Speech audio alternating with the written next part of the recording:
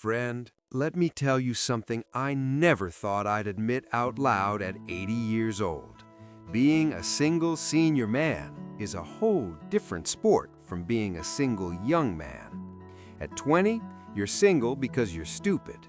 At 40, you're single because life beat you with a frying pan. And at 80, well, at 80, you're single because the universe finally realized you deserve peace. Real, golden, silence-filled peace. Come here, sit a little closer. My hearing isn't what it used to be, and I might start talking to that plant in the corner if you drift too far away. It already thinks we're dating. You're 60 now, which means you're right at that beautiful age where you've got enough wisdom to understand what I'm saying, but not old enough yet to have surrendered to the strange habits we old men develop. Trust me, friend, some of those habits are illegal in 8 states and questionable in the remaining 42. Let me sip my tea. Yes, tea, not whiskey, because at this age, whiskey makes me see my dead relatives and not the ones I miss. So, you asked me the other day why I always seem so relaxed, so content, so strangely cheerful, even when the world is spinning faster than my lazy knees can keep up with. And I told you, half joking, that it's because single senior men have life figured out. But that wasn't the whole truth. The truth goes deeper, friend, much deeper. And it's wrapped in stories I've lived through, survived, and laughed about, because if I didn't laugh, I'd probably cry. And at 80, crying is dangerous. One tear triggers a full sinus collapse. Let me start with the beginning, or at least the beginning of the era I lovingly call Paul Finally Thinks Straight. That era started at 68. Why 68? Because that's the age I woke up one morning, looked in the mirror, and realized I had become a supporting character in my own life. I wasn't the main hero anymore. I was that old man in movies who gives cryptic wisdom with a long sigh. And do you know what that did to me? It snapped me awake like cold water. I remember standing in my bathroom, staring at my face in the mirror, and whispering to myself, "Son, your eyebrows need their own postal code." And then the second thing I whispered, "You deserve some peace." I didn't know what that meant then, but I would soon learn it deeply.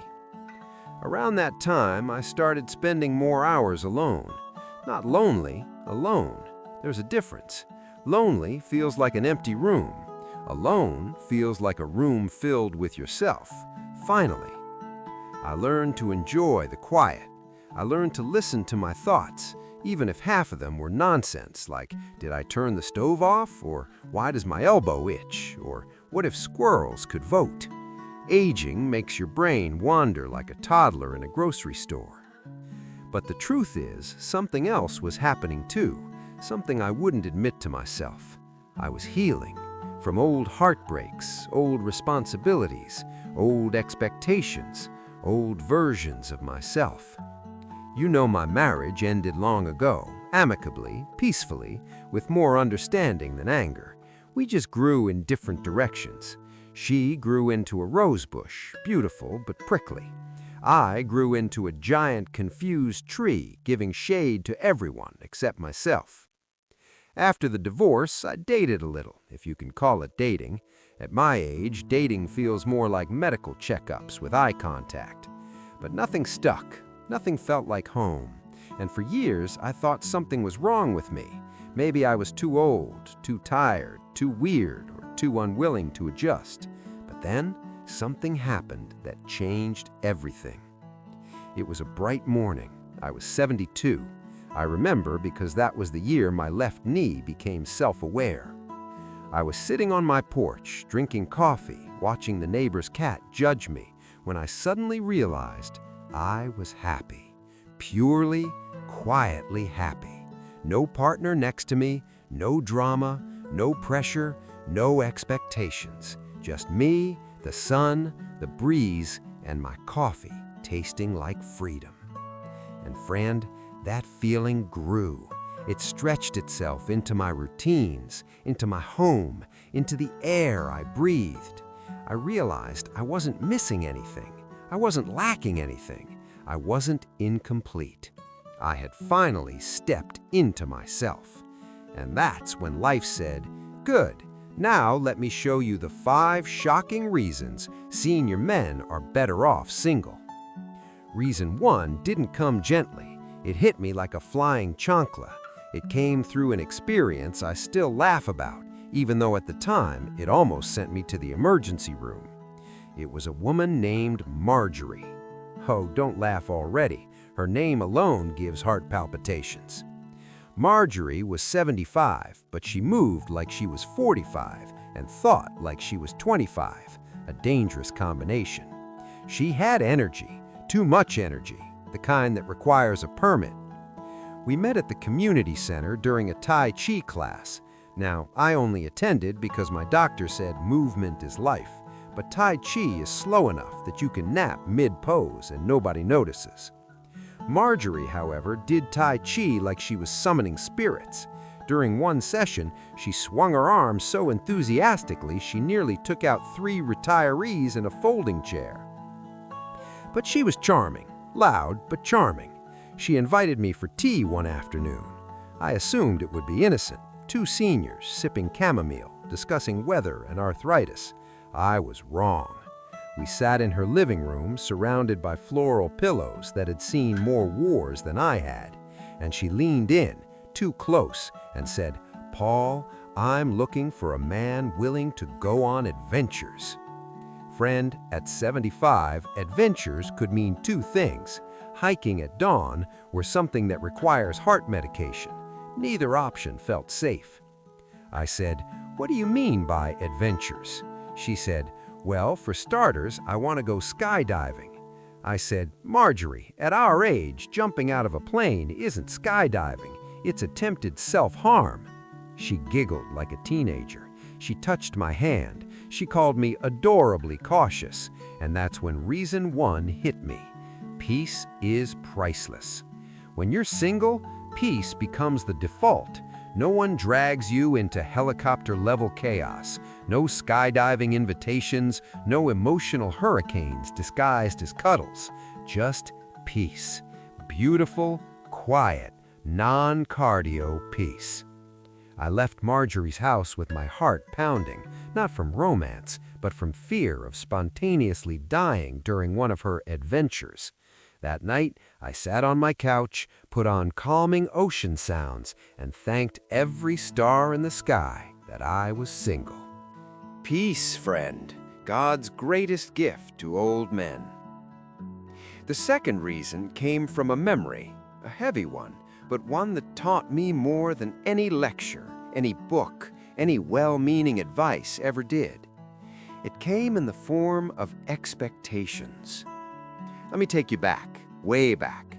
I was in my late 60s, still new to the whole living alone lifestyle, and maybe still hoping to find someone again one day. Hope is stubborn, you know. It clings even when logic says, "Sit down, you old fool." There was a woman, Rita. Soft smile, warm eyes, always smelled like cinnamon. She and I spent a few months getting to know each other. She was sweet, gentle, thoughtful, but gradually the expectations started piling up. Little things at first. Why don't you call me every morning? Why didn't you text last night? Why didn't you come to my niece's birthday party? Her niece was 42, by the way. 42, and she had a birthday party with a unicorn cake. A unicorn cake at 42. But it grew heavier and heavier. She wanted me to be someone I wasn't anymore. Someone with unlimited energy. Someone who could attend every gathering. Someone who could remember every little date. Someone who could be present all the time. And friend, at my age, being present all the time is impossible. Sometimes I vanish mentally in the middle of my own sentence. One day, after an exhausting conversation, I was sitting on my porch again. That porch has seen more confessions than churches, and it hit me. Companionship shouldn't feel like work. Being single gave me the freedom to be me, to slow down, to breathe, to exist without performance, and that's priceless. Reason 2, senior men thrive when expectations lift off their shoulders. It's like removing 20 invisible backpacks full of emotional bricks. You ever seen an old man stretch after taking off a heavy coat? That relief, that freedom, that's what singlehood felt like for me. Then came reason 3. This one I didn't see coming. It came disguised as loneliness. You see, people assume that older single men must be starving for connection, desperate for companionship, hungry for attention. And sure, some are, but many of us, we've learned that loneliness isn't what people think it is. Loneliness isn't the absence of people, it's the absence of peace with yourself. And friend, after decades of living, working, loving, losing, and surviving storms that would crush younger hearts, I finally made peace with myself. It didn't happen overnight. It didn't happen easily. But one day, I realized I enjoyed my own company. I laughed at my own jokes. I talked to myself more than I talked to others. And you know what? I liked the man I spoke to. That's when I discovered the blessing of being a single old man. You get to build a friendship with yourself. Loneliness became solitude. Solitude became comfort. Comfort became joy. I remember one evening, I was 75. It was raining. I made myself a bowl of soup, sat by the window, watched the raindrops slide like tiny exhausted acrobats. And in that quiet moment, I felt something I rarely felt when I was younger. Enough. I was enough. My life was enough. My journey was enough. My presence, my thoughts, my stories, my scars, all enough. Being single didn't make me empty. It made me whole. But let me pause here because I know you're listening closely and I want you to take this in gently. Before I keep going, let me tell you, if you've been enjoying this little heart-to-heart, don't forget to like, comment, and subscribe to the channel. Yes, even you, friend. Pretend you're supporting an old man's caffeine addiction.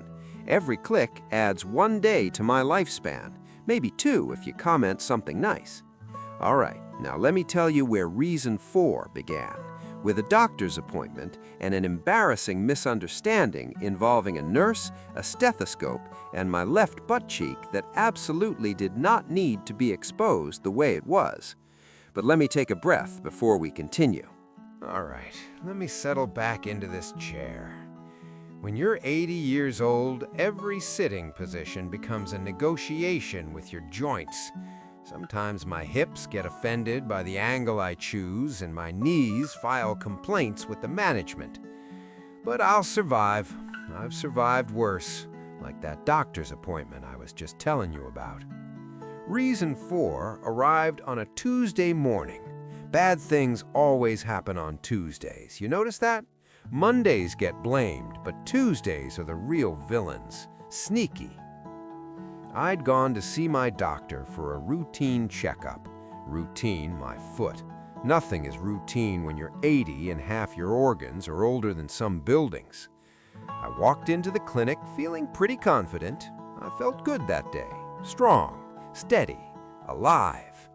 Then the nurse, bless her heart, told me to undress from the waist down and lie on the examination table. This was fine, standard procedure, but the moment she left the room, the air conditioner attacked me. It was like Antarctica had crawled into that room and settled in for vacation. Now, as an old man, you know certain parts of the body don't exactly have the speed, elasticity, or enthusiasm they once had. So imagine me shivering, pants around my ankles, trying to climb onto a plastic-covered table that squeaked like I was stepping on a family of frightened mice. But no, that wasn't the worst part. The nurse walked in at the exact moment I was trying to adjust myself on the table. I slipped, my dignity slipped, and somehow, don't ask me how, I blame physics, my left butt cheek was pointed directly at her like a lighthouse guiding ships through a storm. She froze, I froze, my butt cheek did not freeze. It was too busy glowing under fluorescent lights like a full moon.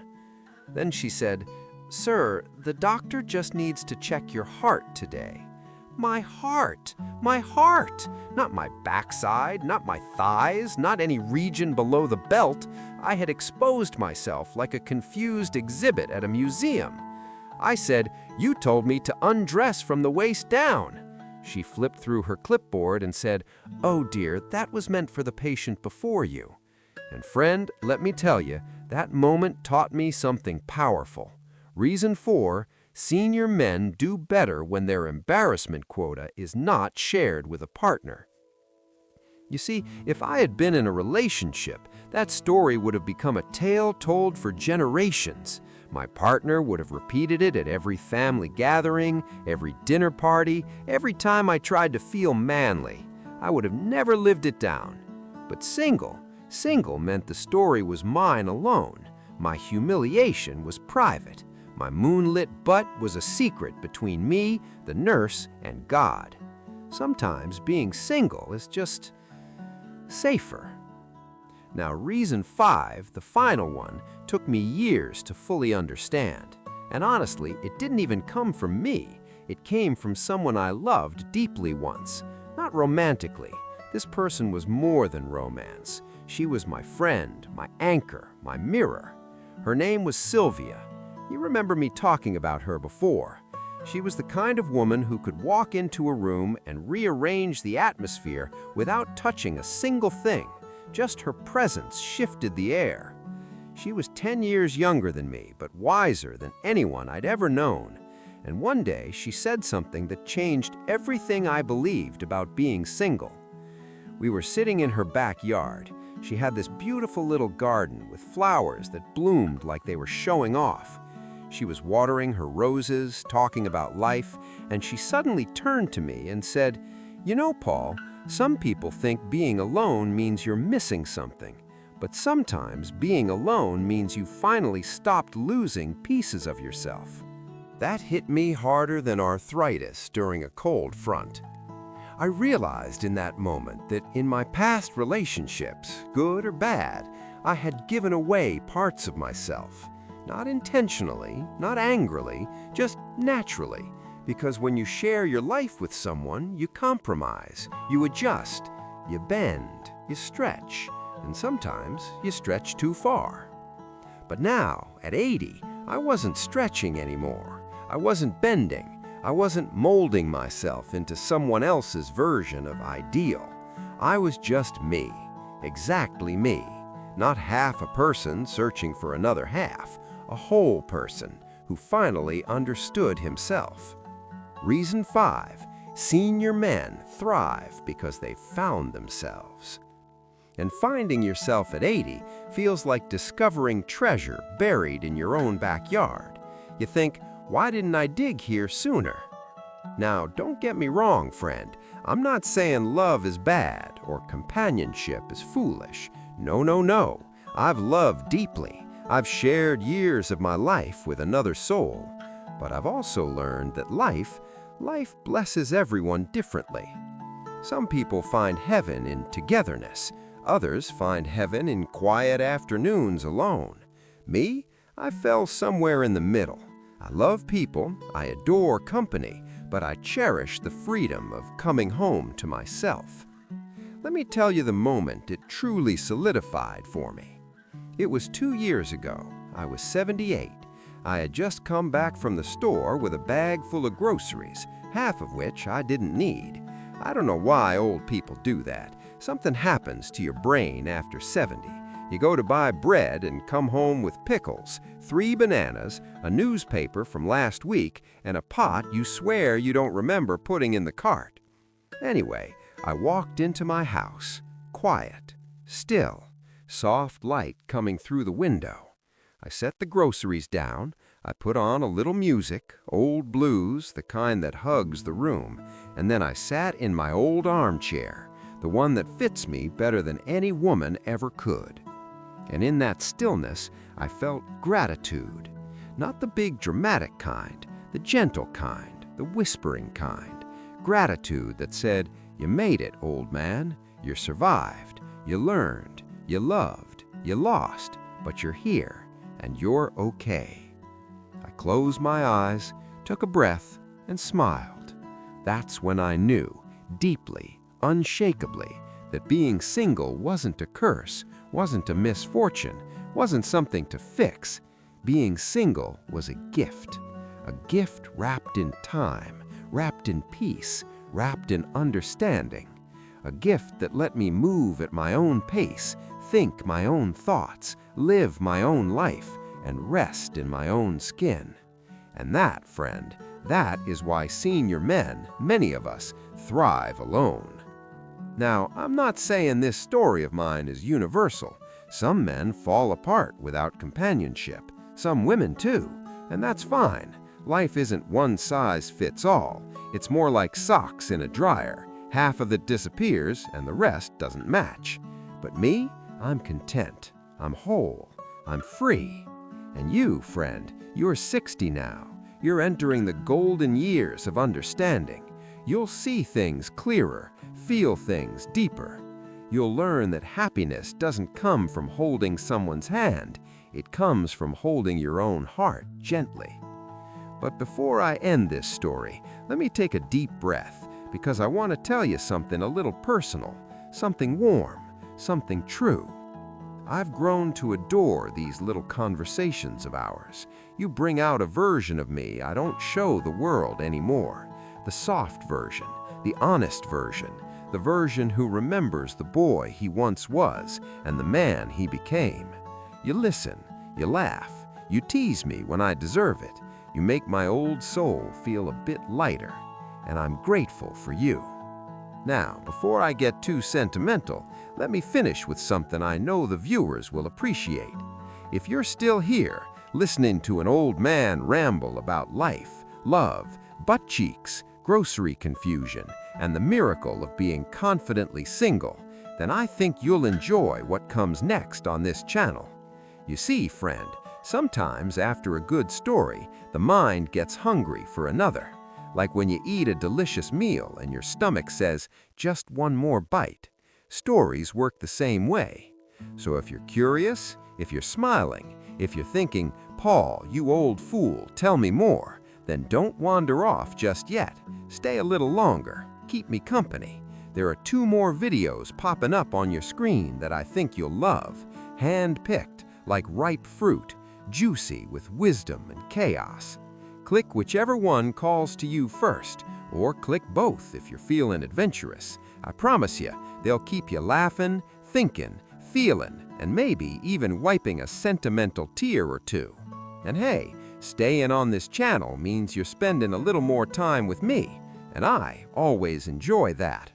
All right, friend, that's enough rambling for today. My voice is tired, my knees are plotting revenge, and my tea has gone cold. Go on now, pick a video. I'll be waiting for you there like an old man waving from the porch.